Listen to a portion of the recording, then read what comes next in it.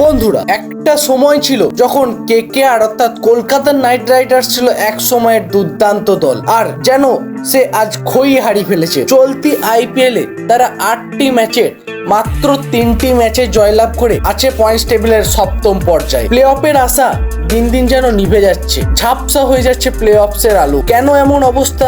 চলুন খুঁজে বের করা যাক কেকেআর এর পতনের 7টি বড় কারণ। 1 নম্বর কারণ যেটা হলো সেটা হলো রাহানের বারবার একই ভুল। হ্যাঁ বন্ধুরা, ম্যাচ হারার পর রাহানে বলেন শেখ নিচ্ছে আজকের ম্যাচ থেকে কি ভুল করেছে সেটা থেকে, পরের ম্যাচে অবশ্যই ঠিক হবে। কিন্তু শেখাটা কোথায়?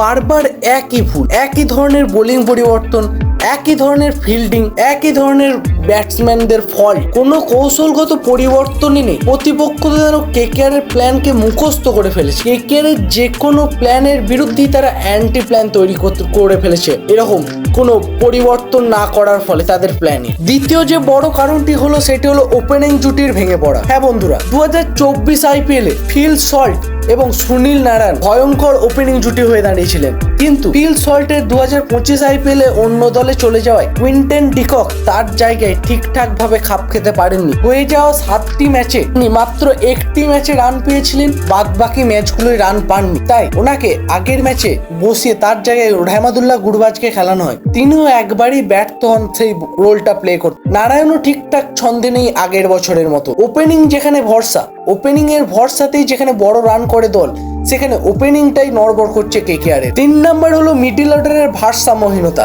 হ্যাঁ বন্ধুরা, আগের বছরে যেখানে ক্যাপ্টেন শ্রেয়াস আইয়ার ছিল যে ভালো পারফরমেন্স করতো, কিন্তু 2025 আইপিএলে তিনি অন্য দলে যোগ দিয়েছে এবং তার বিনিময়ে দলে রাখা হয়েছে ভেঙ্কটেশ আইয়ারকে 23 কোটি টাকার বিনিময়ে। কিন্তু এই 23 কোটি টাকার ব্যাট থেকে কিন্তু রান বেরোচ্ছে না একটা ম্যাচেও। তিনি প্রত্যেকটা ম্যাচেই ফ্লপ হচ্ছেন এবং যে পরিস্থিতিতে দরকার দাঁড়িয়ে খেলার, সেখানে ভুলভাল শট সিলেকশন করে উইকেটটা ছুড়ে দিচ্ছেন বিপক্ষের দলের হাতে এবং সহজেই ম্যাচটা হারিয়ে দেওয়ার পিছনে একটা বড় ভূমিকা রাখছেন এই ভেঙ্কটেশ আইয়ার। কেকেআর এর ভাইস ক্যাপ্টেন, ভাগ্যিস সে ভাইস ক্যাপ্টেন, নাহলে তাকে হয়তো দল থেকেও ড্রপ করে দেওয়া হতো এতগুলি ম্যাচের পর না পারফরমেন্স করার জন্য। আর মিডল অর্ডারে ভেঙ্কটেশ আইয়ার ছাড়া আছে আজিঙ্ক্য রাহানে এবং অঙ্কুশ রঘুবংশী। আজিঙ্ক্য রাহানে যিনি প্রত্যেকটা ম্যাচই প্রথম ম্যাচ থেকে প্রত্যেকটা ম্যাচে বড় রান করে আসছেন এবং ব্যাটিং এ ভালো পারফরমেন্সও দেখাচ্ছে, কিন্তু একার দমে তো আর ম্যাচ জেতা যায় না। এটা কেকেআর টিম, এটা কেকেআর রাহানে নয় যে একা রাহানের দমেই ম্যাচ জিতে যাবে। কথাতেই আছে টুগেদার এভরিওয়ান অ্যাচিভ মোর, অর্থাৎ দলগত ক্রিয়ার দ্বারাই একটা দল জয় পায়, যেখানে একজন প্লেয়ার কিছুই করতে পারে না।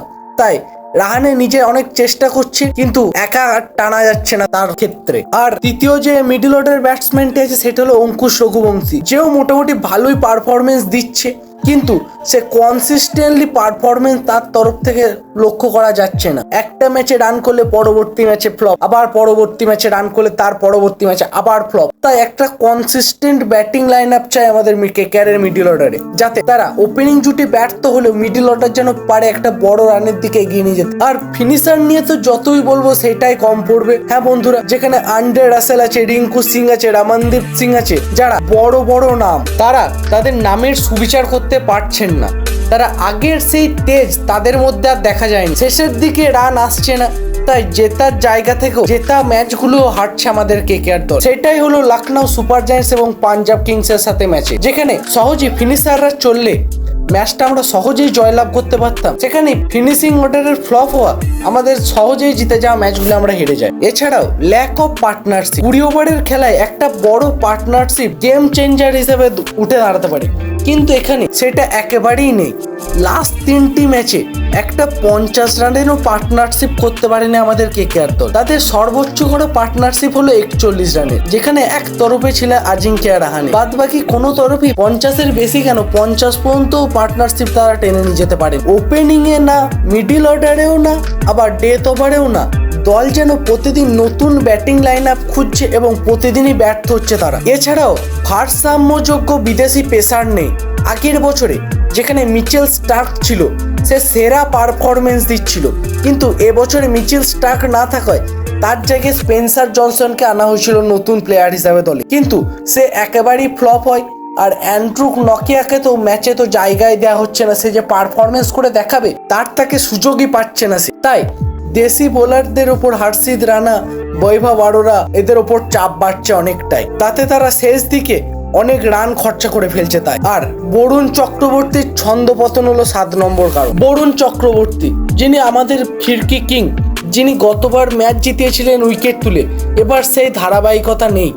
একটা ম্যাচে উইকেট নিলে পরবর্তী ম্যাচে রান খাচ্ছেন, আবার পরবর্তী ম্যাচে উইকেট নিচ্ছেন এবং পরবর্তী ম্যাচে আবার রান খাচ্ছেন।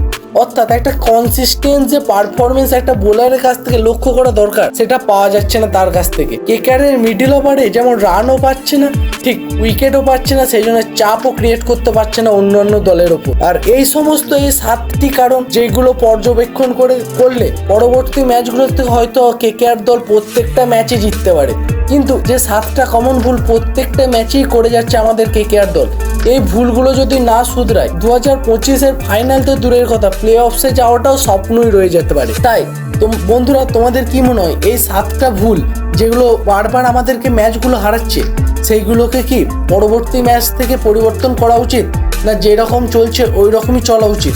এ বিষয়ে তোমাদের কি মত অবশ্যই আমাকে কমেন্ট করে জানাও। ভিডিওটি ভালো লেগে থাকলে লাইক করো এবং চ্যানেলে যদি নতুন ভিউয়ার্স হও অবশ্যই ডেসক্রিপশন বক্সে থাকা লিঙ্কে ক্লিক করে আমাদের কমিউনিটিতে জয়েন হয়ে যাবে, যেখানে আমরা কেকেআর রিলেটেড এবং ক্রিকেট রিলেটেড সমস্ত আপডেট সবার আগে দিয়ে থাকি। আর বন্ধুরা, তোমরা যদি একজন কেকেআরের ডাই হার্ট ফ্যান হও আর পরবর্তী ম্যাচে কেকেআরকে যদি দুর্দান্তভাবে জয়লাভ করতে দেখতে চাও, তাহলে ভিডিওটা অবশ্যই মন থেকে একটা লাইক করে দেবে এবং কমেন্টে লিখে দেবে কেকেআর আমি তোমায় ভালোবাসি। তাহলে আজকে এই পর্যন্তই থাক বন্ধুরা, দেখা হচ্ছে পরের ভিডিওতে।